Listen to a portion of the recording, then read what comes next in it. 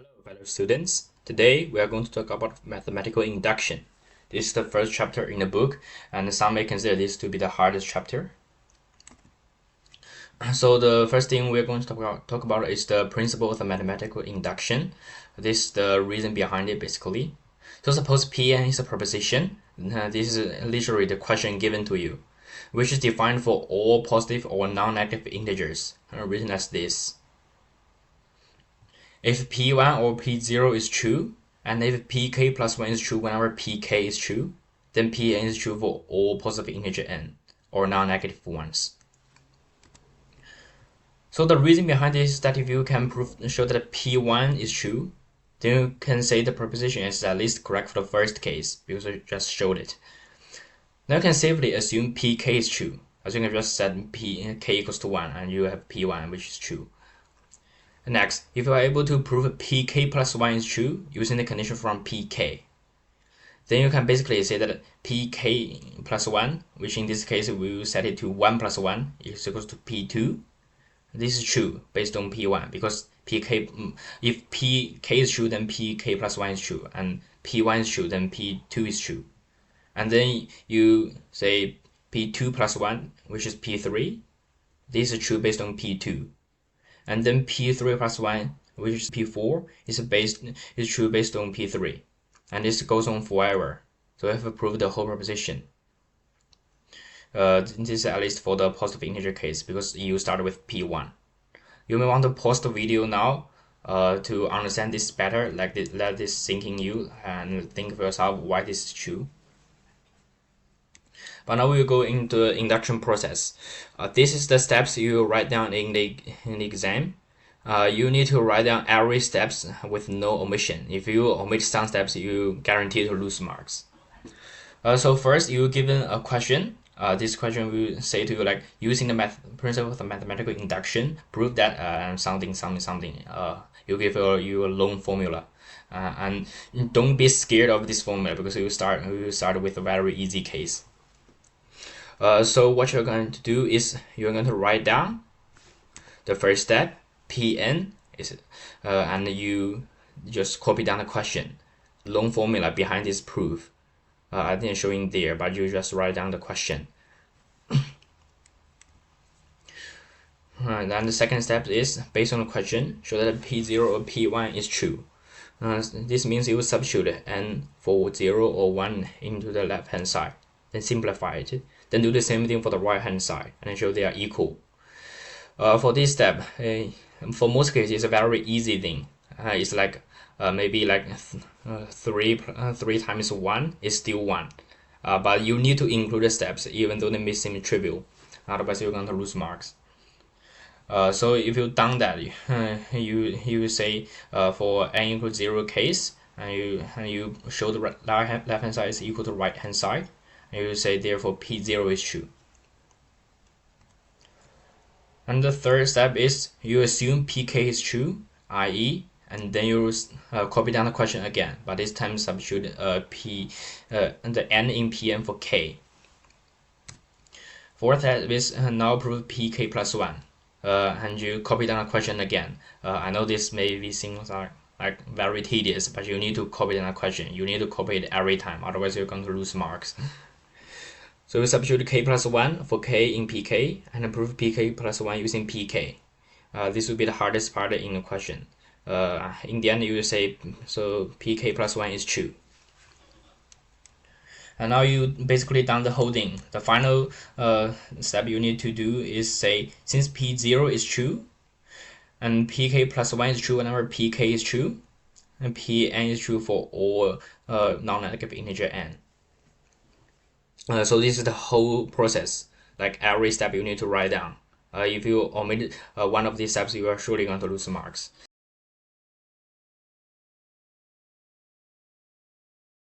But this may seem a bit abstract at first when I talk about it. But don't worry, we will do an example. So the example we're going to do is from the rule set 1a of the book, question 1f. It says, use the principle of the mathematical induction to prove that, and this is a question, long formula. And so this question this proposition you're going to prove, and for all positive integer n. This means you basically start from n equals to 1, so prove P1. First step is you copy down the question. This may seem very boring, but you need to write down again, exactly as the question says. Second step, if n equals to 1, you substitute 1 for every n you see. The left hand side equals to, previously is 2 to the power of n, and now it's 2 to the power of 1. Sin theta stays unchanged. And this is the product sign. This product notation is the Greek letter pi capitalized. The same one you see in pi square, but like the capital case. And this thing stays unchanged. So 2 to the power of 1 is basically 2 and sine theta. And this one is the product of cosine 2 to the power of I minus 1 theta. And this is from I equals to 1 to 1, which basically you just say like I equals to 1. It's just one term. And 1 minus 1 is 0. So this whole product, just one term, is cosine of 2 to the power of 0 times theta. And obviously 2 to the power of 0 is 1. And you have left hand side is 2 sine theta and cosine theta. And you do the same thing for right hand side. 2 to the power of n becomes to the power of 1, which is sine of 2 theta. And if you remember your double angle identity, you know that sine of 2 theta is 2 sine theta cos theta. This is exactly equal to the left hand side you just showed. So you can say P1 is true.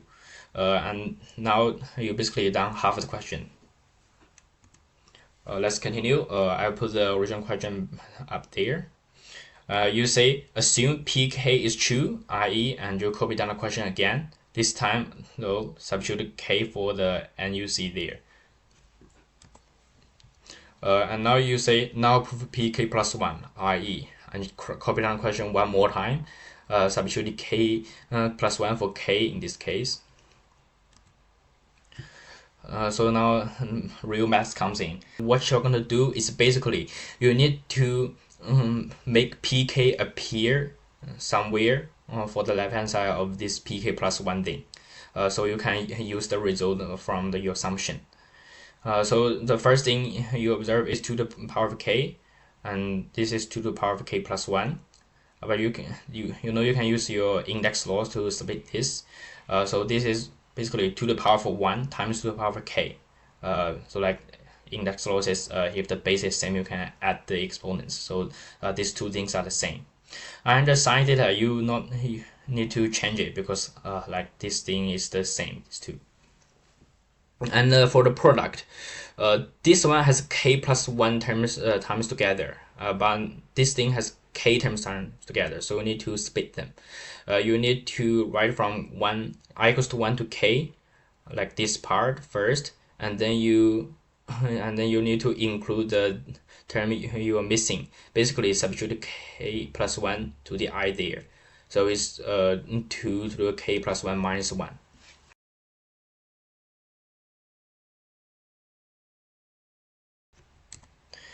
And now you can observe that. So if you look carefully, this thing, like this thing is exactly equals to PK. So this is why we done like the whole of splitting in terms at the first.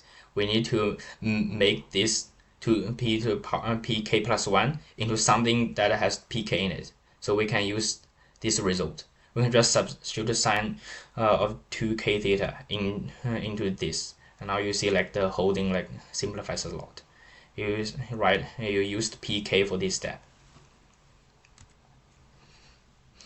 And now if you recognize your double angle identity again, you know like if you have any form like 2 times sine of something, then times the cosine of something, you be equal to the sine of the twice the something you are talking about.